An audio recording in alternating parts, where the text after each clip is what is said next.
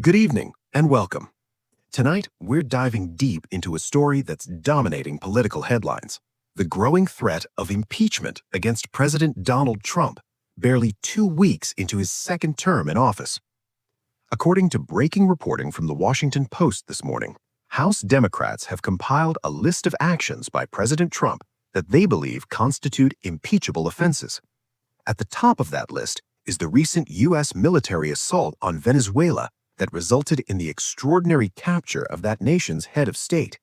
This military action was conducted without congressional authorization, raising fundamental questions about presidential war powers and constitutional limits on executive authority.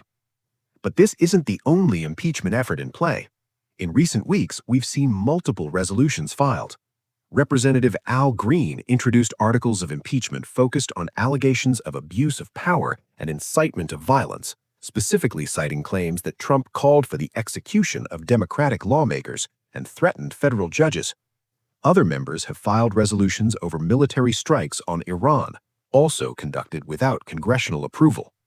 Here's where the story takes an interesting turn. Despite identifying what they view as clear impeachable offenses, Democratic leadership is pumping the brakes. They're not eager to pursue impeachment proceedings until after the November midterm elections.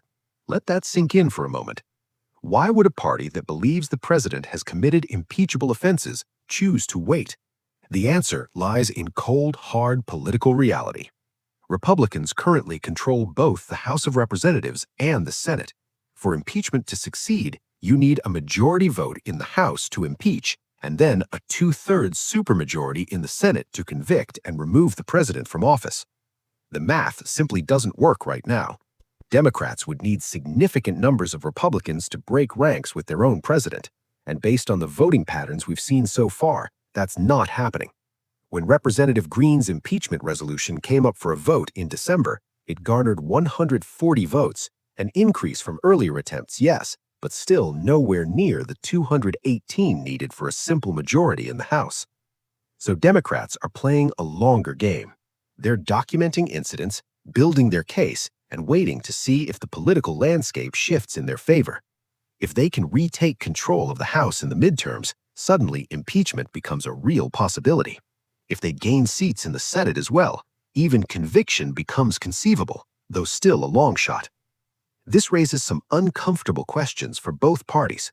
For Democrats, is this about upholding constitutional principles and the rule of law, or is it about political expediency? If an action is truly impeachable, should you wait for a more politically convenient time to act?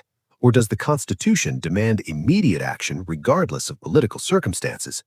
For Republicans, the question is equally challenging. If there's credible evidence of constitutional violations, do party loyalty and political alignment outweigh institutional responsibility?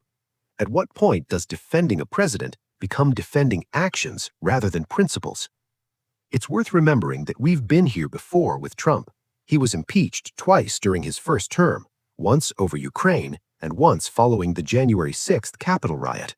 Both times he was acquitted by the Senate. This history shapes the current dynamic. Democrats know how difficult it is to get Republicans to vote against their own president. Republicans, meanwhile, may be experiencing impeachment fatigue, viewing these efforts as partisan exercises rather than legitimate constitutional concerns. The Venezuela situation is particularly significant because it represents a dramatic expansion of presidential military authority.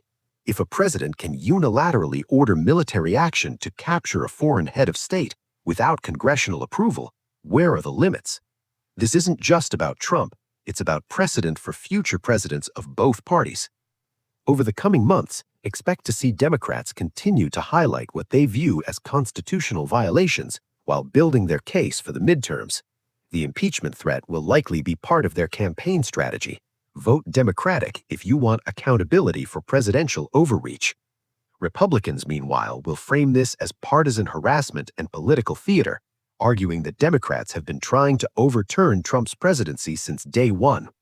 What we're witnessing is the intersection of constitutional principle and political pragmatism. The impeachment power exists in the Constitution as a check on executive authority, but its use is inherently political. Democrats believe they have grounds to impeach but lack the votes to succeed, so they wait, they document, and they campaign. Whether you view this as responsible governance or political calculation likely depends on where you sit on the political spectrum. But one thing is certain: the impeachment question isn't going away. It will continue to shape political discourse through the midterms and potentially beyond. This is a developing story with profound implications for the balance of power in our government. We'll continue to monitor it closely and bring you updates as events unfold. Thank you for joining us tonight.